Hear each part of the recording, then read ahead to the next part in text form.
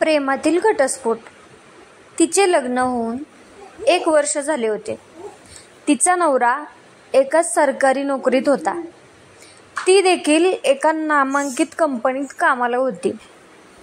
सुखाचा संसार चालू होता. कुटुंबात कुठलीही अडचण नव्हती. घरात दोघेच असल्याने सुख दुःख वाटून घेत होते. एकमेकांच्या विचारांचा आदर असायचा. सर्व काही सुरळीत चालले होते.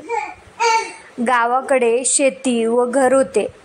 शहरात राहून त्या दोघांनाही गावाकडचे खूप आकर्षण होते. त्यामुळे ते दोघेही 1-2 महिन्यातून गावाकडे जात असे.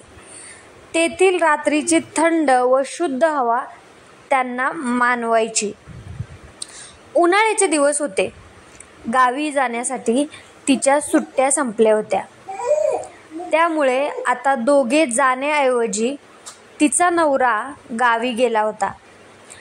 गावच्या काही मित्रांची बरेच दिवसांनी भेट झाली म्हणून एका बिअर बारमध्ये जाऊन पार्टी करायचे ठरवले.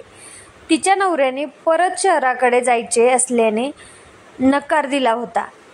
दारू पिऊन मला ड्रायव्हिंग करता येणार नाही असे सांगितले होते. पण ते काही ऐकायला तयार नव्हते. तू थोडीच पी, आम्ही तुला जबरदस्ती करणार नाही असे सांगून दारू पिण्यास भाग पाडले. जर दारू पिली नाही किंवा पाजली नाही तर मित्र दुरावतात. हे सर्व एकाच गावचे असल्याने त्यांचे मन राखावे लागले. संध्याकाळी रात्री 8 पासून ते रात्री 11 वाजेपर्यंत ती मंडळी बेशुद्ध होईपर्यंत दारू पिले होते. बिअर बारचे बिल तिच्या नवऱ्याकडून भरले. गावचे मित्र दुचाकीवर बसून गावात पोचले होते. तिचा नवरा नशेत रात्रीची गाडी चालवत होता. त्याचा तोल सुटला होता. अनेक गाड्यांना त्याने ओव्हरटेक केले होते. गाडीचा वेग आवश्यकतेपेक्षा वाढला होता. अचानक ताबा सुटला व कार एका झाडाला जोरदार जाऊन धडकली. त्यात त्याचा मेंदू फुटून साप झाला होता. त्याला तेथून उचलून दवाखान्यात वाचवण्यासाठी प्रयत्न केले पण डॉक्टरांनी त्यांना मृत्यू घोषित केले.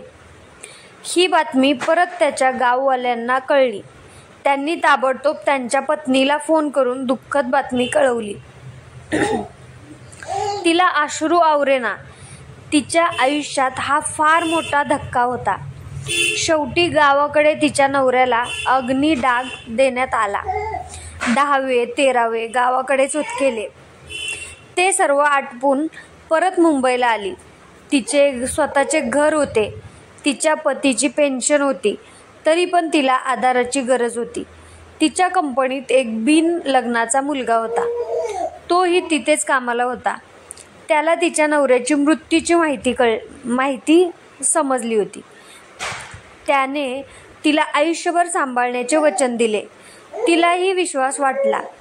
बरेच दिवस तो तिला भेटावयास येत होता. त्यातून मैत्री वाढली. मैत्रीचे रूपांतर प्रेमात झाले. बरेच दिवस ते बिनलग्नाचे एकत्र राहू लागले. पण तो संशयित तेवढाच होता. ती कुणाशी कामासाठी बोलली तरी तिला मारझोड करीत होता. शेवटी ती कंटाळली व तिचा प्रेमाचा निर्णय बदलला व एकटी राहू लागली.